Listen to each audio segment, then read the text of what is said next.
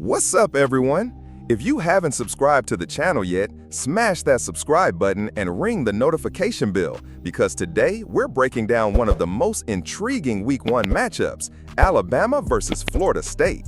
This analysis is going to reveal exactly what we need to watch for in this game, and trust me, you don't want to miss any of these key insights. So hit subscribe and let's dive right in.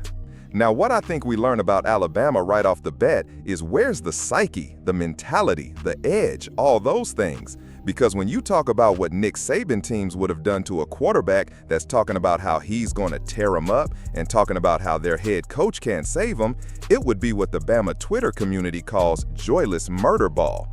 It would be ugly, it would be unsavory, it would be inappropriate. You would not let your kids in the room to watch the second half of that game.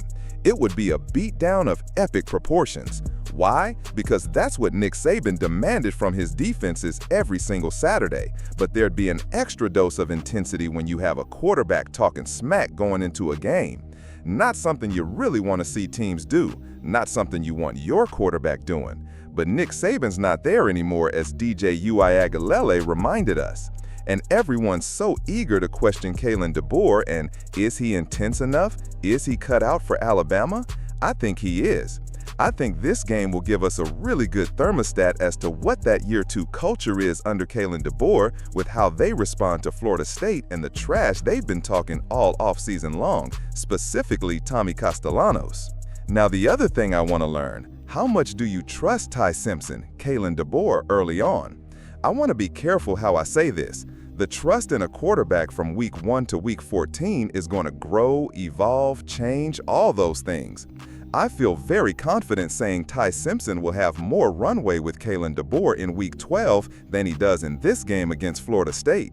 But the jumping off point to me is curious, because if you believe in Ty Simpson to where it's like, hey Ty, you got the system down pat, we trust you to make it all go, we're slinging this thing, dude. Kalen DeBoer, historically speaking, wants to throw the football 30 times a game. That's what he averaged at Fresno State. It's what he averaged at Washington. He wants to throw the football. Wants to run it too, but he wants to throw the football. Did not do that last year with Jalen Milroe. Why? Because he wasn't 100% sure what he was getting from Jalen Milroe, right? You weren't sure what you were getting from number 4 any given Saturday. Do you trust Ty Simpson enough to call your offense how you would like to call it? That's something worth noting. If they're extra conservative, it's like, okay, we trust Ty Simpson enough to be the starting quarterback, but we're going to give it a little bit more time before we totally hand over the full deluxe edition of our playbook here in 2025. Now for Florida State, I'm just curious what kind of chops this offense has. I don't think anybody is breaking news saying that Alabama's in a pretty good spot to go win this football game. I mean, Florida State was 2-10 last year, a gross 2-10 last year. It doesn't take a lot of courage to say Alabama's going to win this football game if that's the way we end up picking it. But I just want to see how far along are we in the Gus Malzahn system for Tommy Castellanos and Deuce Robinson and Squirrel White, the X factors of what this receiver room is at Florida State.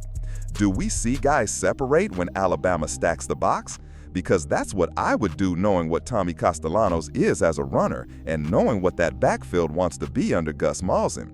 They want to run the football. I mean, Gus Malzahn at UCF ran the ball 60% of the time. That's who he is. He's going to make you stop the run. And when you do that, if you're Alabama, if you commit extra guys to the box, is there a plan B for Tommy Castellanos and Gus Malzahn? Do these receivers have the ability to separate against one of the best secondaries in America in Alabama and find a way to go get it and keep Florida State in this game?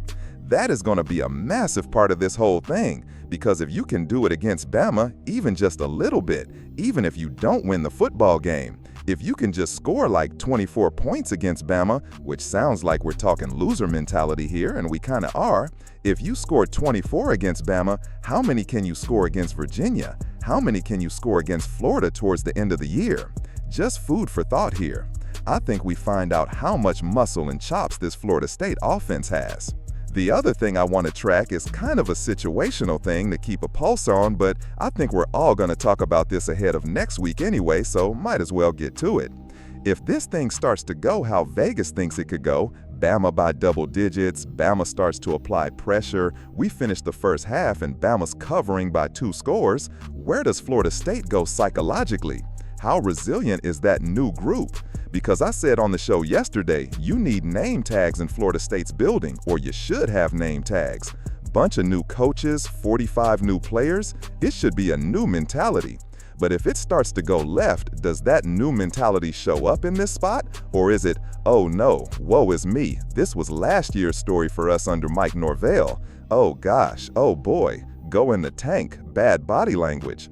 I'm curious to see what that looks like, and I'm curious to see if we even get a chance to see what that looks like, quite frankly, because of what Tommy Castellano says is going to happen.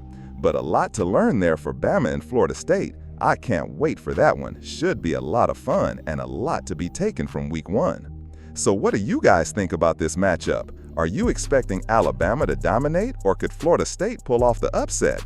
Drop your predictions in the comments below. And if you enjoyed this breakdown, don't forget to give this video a thumbs up, subscribe to the channel if you haven't already, and hit that notification bell so you never miss our college football content. Share this with your friends who love college football as much as you do. We'll see you in the next one.